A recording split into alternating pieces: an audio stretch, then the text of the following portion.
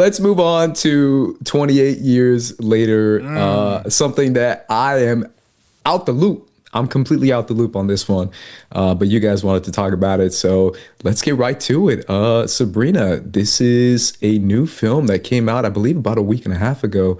How'd you feel about 28 years later? I believe it's called Bone Temple. hmm I went into it really excited, mostly honestly for Nia DaCosta. I did enjoy the previous film and the entry. That one's more of like coming of age in this environment type of vibe. And then this is like really getting to know more of this world and like what has transpired within these years outside of the island that they were on and, in the mainland. And I just think it was really fun. I'm so happy Nia DaCosta got this win because obviously with everything with the Marvels, I just feel like we haven't been able to see her vision kind of come to life in like a big studio film in a while. And yeah, I think she took everything that worked within that first one and really elevated it. Love the performances. The performances that she got out of all the actors. Honestly, chef's kiss. Like this is like top tier for me right now. I know it's only January, but I'm excited to rewatch this one and Crazy Intense. Like something about zombies for me, they get me. Like that's actually what I'm afraid of. Yeah, RB3, what'd you think, Ben? Yeah, yeah, no, same. It was man, what a scary movie. For one, I mean, I like the first 28 years later as well. I love all the movies in this franchise, frankly. The most recent one, 28 years later, the previous one, I liked it a lot. It had a whole storyline about, the main character's mom dealing with like cancer and stuff. And it just really hit at a time for me that I just really react emotionally to it. To a point I can't really watch it. You know what I'm saying? Like, now, you know what I'm saying? But like, I definitely appreciated it. But you could definitely tell, Danny Boyle, man, he's style. He's all about, I'm gonna get a quick, like he has those real stylistic shots of like when the arrows get shot and it's like, like kind of like over and over. Yeah, Matrix style, yeah, kind of thing. I'm like, come on. And then, shot on the iPhone. Again, Danny Boyle has his style, and I love that. What I loved about this film is that it was just a straight up horror movie. Like, especially the first half. I mean, honest to God, like the first, hour or so of the movie is probably some of the scariest stuff I've seen on screen recently from the zombies, but also just from them humans. I mean, them boys was, oh my goodness, that Jack O'Connell, man, we gotta have somebody look at that boy, man, because oh my goodness, he was scary. And then that whole little band of fingers that they had, we saw a little bit of them torturing them people, and that one homegirl that was super crazy, hopped on top, like spoilers, but anyway, that whole barn scene, super, super crazy. And it was like no zombies involved. It was just like humans, being terrible to each other. And it was like the most terrifying thing I've seen in a long time. This just a credit to Nia DaCosta for her great direction, for her like, invisible direction almost in a way, for like letting the script kind of like stand out and not like getting in the way of like, let me make these crazy shots or let me make it, look all crazy. Like, no, like the horror is there on the page and on with the performers. And it literally, honestly, maybe one of my favorite Nia DaCosta films ever, like straight up, like even more than like, I mean, I maybe even like this a little bit more than Candyman. Am I crazy? I don't know, but I really like this film. Yeah, that's dope. That's a really good analysis. Go ahead, Sabrina. Sorry. No, no worries at all. I was just going to say too, the humans of it all. Like, I think that's the most interesting part because obviously we do have the Jimmies and they just never let up. It's unrelenting. But then we have Ray Fiennes, Dr. Ian Kelson, and the contrast between his character and then obviously Jack O'Connell, which also shout out to Skins UK.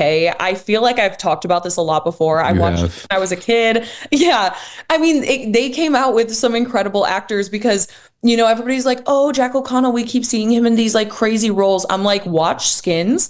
He is a complete psychopath. And so he's been on that game for a while. Like he knows how to turn it on and be super menacing.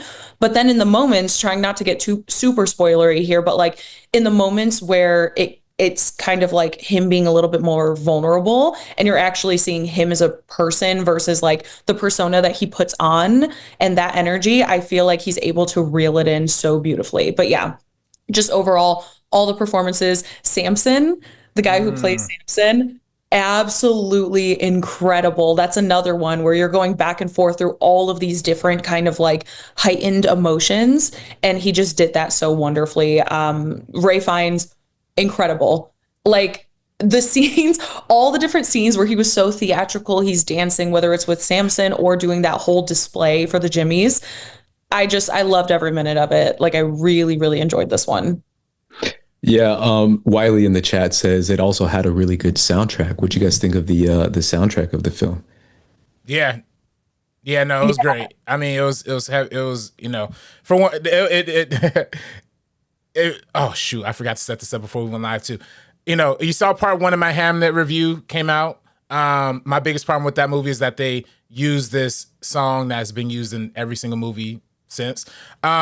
I'm not gonna lie, the Bone Temple did pull out a couple of overused songs.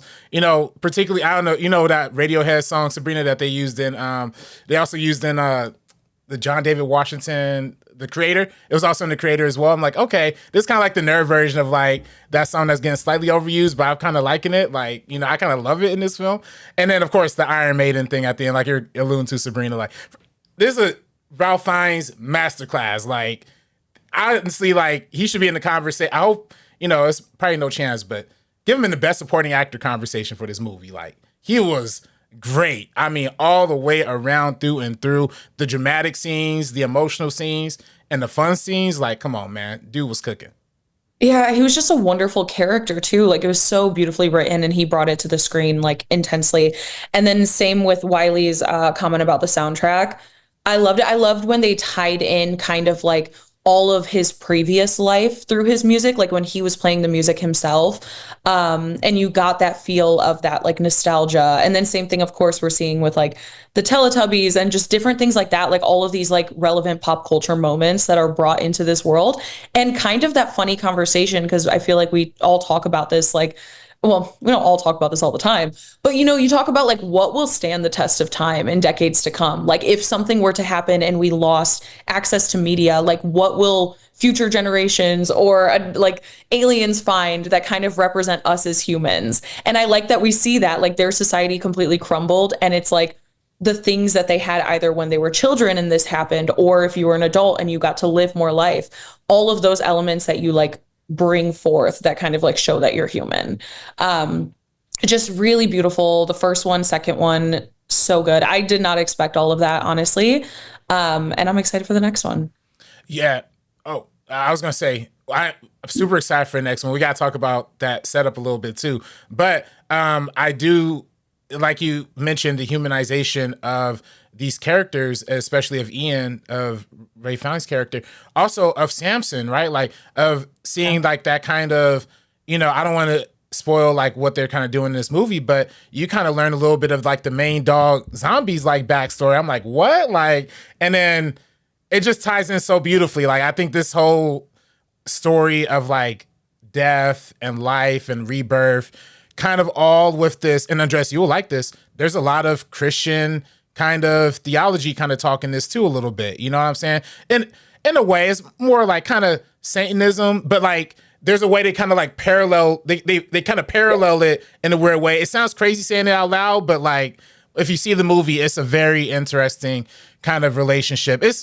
I mean, I can't because even. It's like faith. It's faith Yeah. as a whole, kind of, and it's like what, because like even with Ian Kelson, like he says like, yeah, I'm an atheist. Like but he honestly has the most faith out of anybody in this film. Faith in humanity, faith in good, wishing the best for everybody around him, and just trying with whatever resources he has to find solutions to the problems that are happening.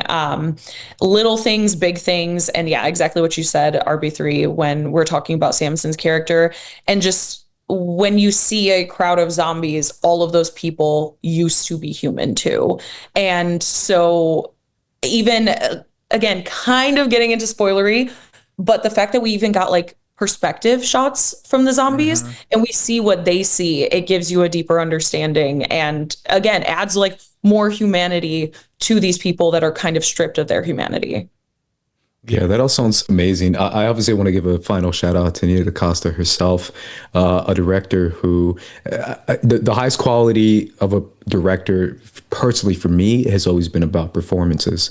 So hearing you guys talk about the performances in this movie is really cool. So, any director can do cool shots or, tell a really interesting story if the script is good, but getting those performances, that's what Nia DaCosta is known for. So shout out to her. Especially, nailed it. Especially, I ain't gonna lie, like the first movie lacked significantly on the women characters. Like this one was like it was like kind of the whole show, you know what I'm saying? And they're kind of alluding to, again, there's kind of a setup for like the third one, and the third one's even kind of looking like it's gonna be some crazy ish going down. Because I don't want to spoil, but we're gonna keep it spoiler free for now. But it has a good ending, but then it also sets you up for the next one. The way it's like, okay, get me in that theater like tomorrow, like I'm ready, Yeah, and then another shout out. I mean, speaking of RB3, but Erin Kellyman, she was absolutely phenomenal. And then same with the kid too. I cannot find his name. Yeah. But he's really great. Erin Kellyman, that's my girl. In Fiennes Nest. Shout out. Oh, really? Oh, what is she in? The solo Star Wars story. She plays in Fiennes Nest. Yeah. Oh, okay. And then she's obviously in Willow too, and I love Willow. So I was the one person that saw Willow. Shout out Willow. But yeah, that all sounds amazing. Obviously, I'm going to be checking out the movie.